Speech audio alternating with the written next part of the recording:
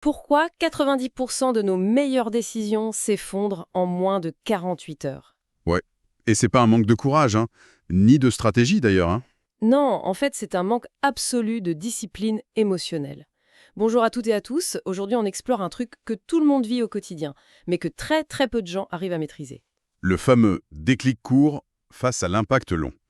Décider c'est facile, mais tenir, c'est une autre histoire. Carrément. Et pour cette plongée en profondeur, on s'appuie sur les notes stratégiques d'une consultante qui s'appelle Sophia. Sophia qui vient de la structure JO Care Impact, c'est ça? C'est ça. Et ce qui est fou dans son approche, c'est qu'elle ne s'intéresse pas du tout à la façon dont on prend une décision.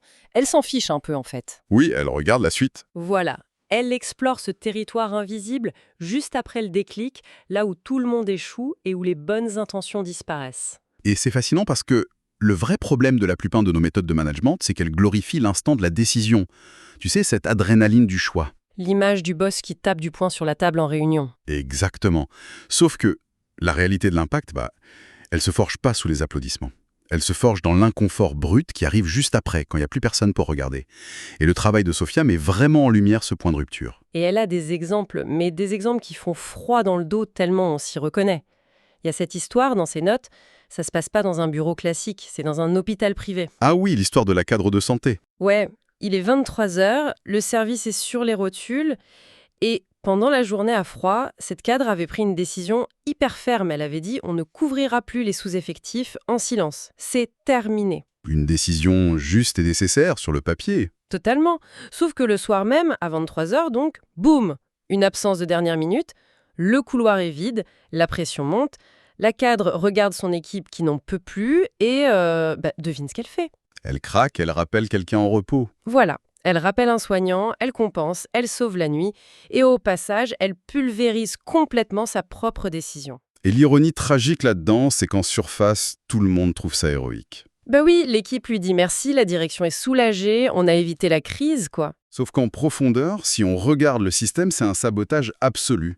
Cette cadre, en fait, elle vient juste d'enseigner à tout l'hôpital que la règle super stricte posée à 14 heures, elle résiste pas à la pression de 23 heures. C'est le cerveau collectif qui intègre que les principes, c'est juste des suggestions, en fait. C'est exactement ça.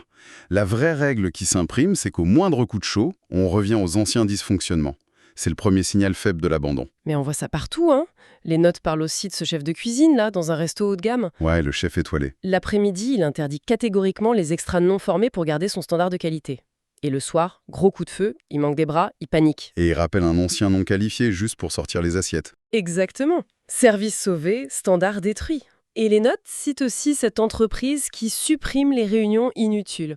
Ça se passe super bien pendant 2 semaines, et puis quelqu'un demande une petite exception pour un dossier urgent. Et la semaine d'après, une deuxième exception. Et un mois plus tard, le calendrier est de nouveau un enfer.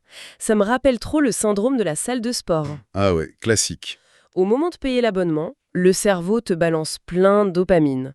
Tu as l'illusion d'avoir accompli un truc de fou. Sauf que la vraie décision, c'est pas l'inscription. C'est le lundi matin à 6 heures quand il pleut des cordes et que le réveil sonne. Et c'est là que la consultante pose une question vraiment tranchante. Qu'est-ce qui rend nos exceptions subites plus fortes que nos règles fixes?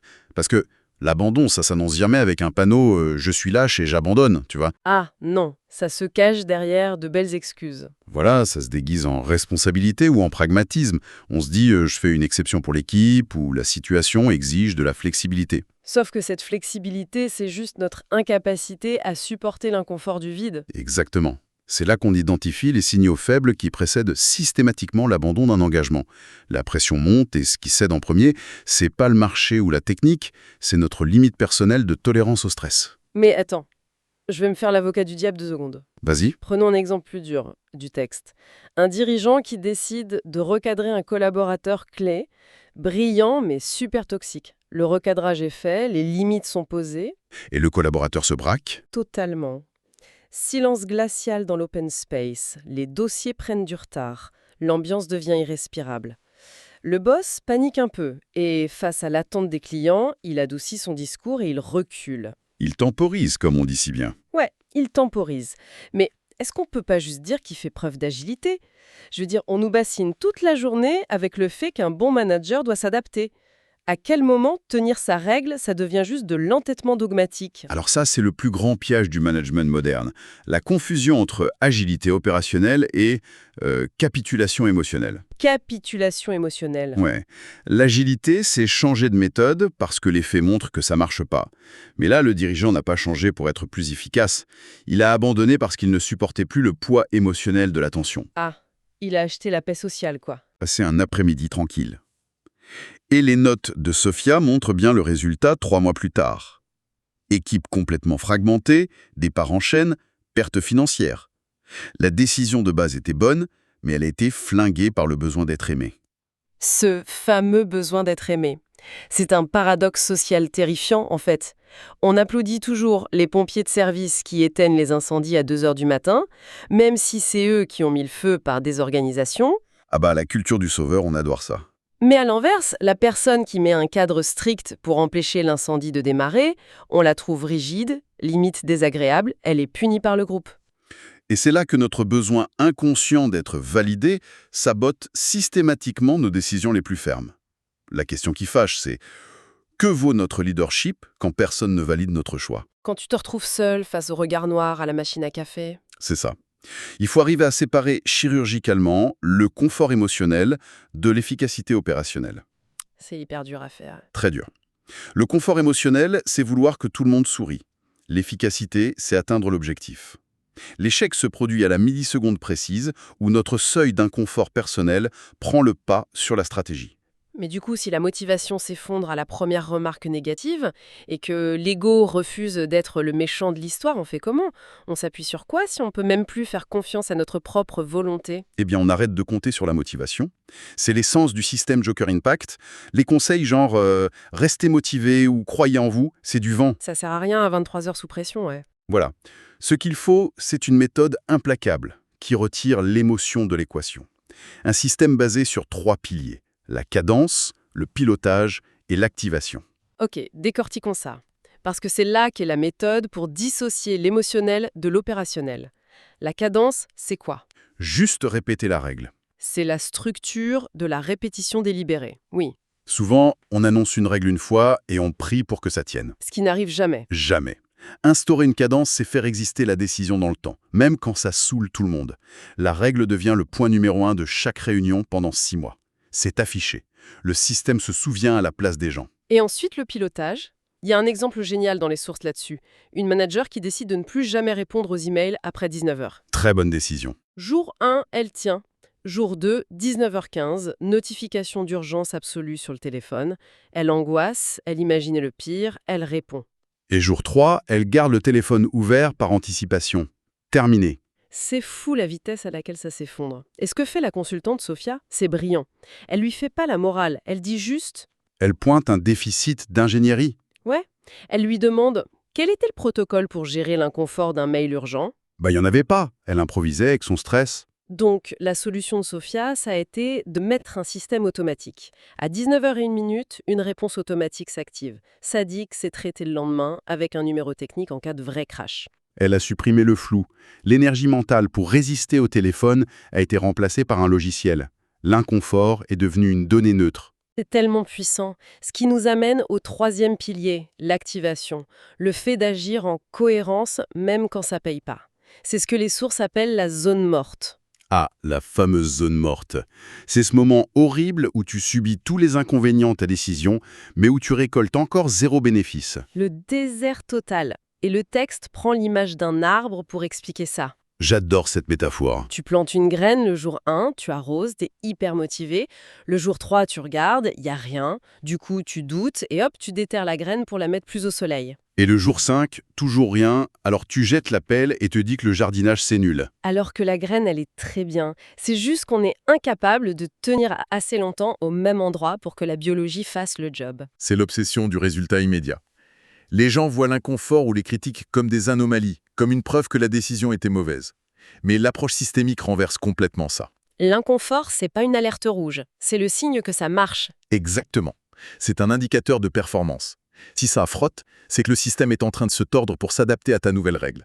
Si tout est confortable, c'est que rien n'a changé. Et si on traverse cette zone morte, On trouve quoi? On a une étude de cas dingue dans les notes sur ce moment précis, une vraie histoire de décision maintenue face à une résistance externe massive. La responsable commerciale qui arrête de surpromettre. C'est ça. Elle décide que c'est fini, les faux délais inventés juste pour faire signer les clients. Son équipe annonce les vrais chiffres. Et là, c'est le tsunami. Bah oui, les ventes baissent, les clients râlent et vont voir la concurrence. La direction la convoque, l'équipe a peur pour ses primes, tous les signaux sociaux hurlent. Mais vraiment, ils hurlent de tout annuler. Dans un film, tu sais, ça durerait 30 secondes avec une petite musique inspirante. Le fameux montage de la réussite. Voilà. Mais dans la vraie vie, ce moment critique, c'est 90 jours de solitude absolue. Des nuits sans sommeil, des regards glacials à la cantine. Sauf qu'elle tient. Elle garde la cadence et le pilotage. Elle absorbe la panique sans la transmettre à son équipe. Et 3 mois plus tard, le résultat est là. Pas spectaculaire, mais durable. Les litiges ont fondu, le service client respire et la fidélité explose parce que la parole donnée est enfin respectée. C'est la preuve absolue de ce que dit Sophia. Certaines cartes ne changent pas juste une partie, elles changent un destin. Mais le prix à payer, c'est d'accepter une baisse des résultats à court terme pour garantir l'alignement à long terme. Sacrifier le contrôle immédiat, quoi. C'est ça, le vrai pilotage. C'est l'opposé du yo-yo émotionnel où tu changes d'avis à chaque coup de pression. Et ça nous concerne tous. Qu'on soit une direction qui lance un projet sans le suivre, une équipe qui vote une charte pour l'oublier le lendemain, ou juste nous-mêmes avec nos propres résolutions. Personne n'y échappe. Le niveau d'exigence réel, il n'est pas dans les beaux discours ou les intentions. Il est dans ce qu'on maintient quand ça commence à sérieusement déranger. Et c'est ça qui est dur. Ça enlève toute excuse. À chaque instant, c'est un choix binaire. Soit on pilote consciemment dans la difficulté, soit on renonce en se trouvant de bonnes excuses. Faut pas regarder la décision géniale qu'on veut prendre demain pour se rassurer. Faut regarder celle d'hier qu'on a silencieusement abandonnée pour le soi-disant bien commun. C'est là que l'introspection fait un peu mal, ouais. Ça m'amène à une dernière pensée, vraiment provocatrice, après avoir lu tout ça. On passe un temps fou à flipper de prendre une mauvaise décision. On a peur de se tromper de stratégie, de rater un recrutement. Alors que le vrai danger est ailleurs. Oui. Et si le plus grand danger, c'était pas les mauvaises décisions, mais l'accumulation de nos bonnes décisions qu'on laisse mourir en silence? À chaque fois qu'on sacrifie une règle juste pour le confort immédiat, on apprend à notre cerveau et à tous les gens autour de nous que nos engagements, c'est juste de vagues suggestions. Et ça détruit la crédibilité bien plus vite qu'une vraie erreur. C'est la suite de la décision, le vrai test.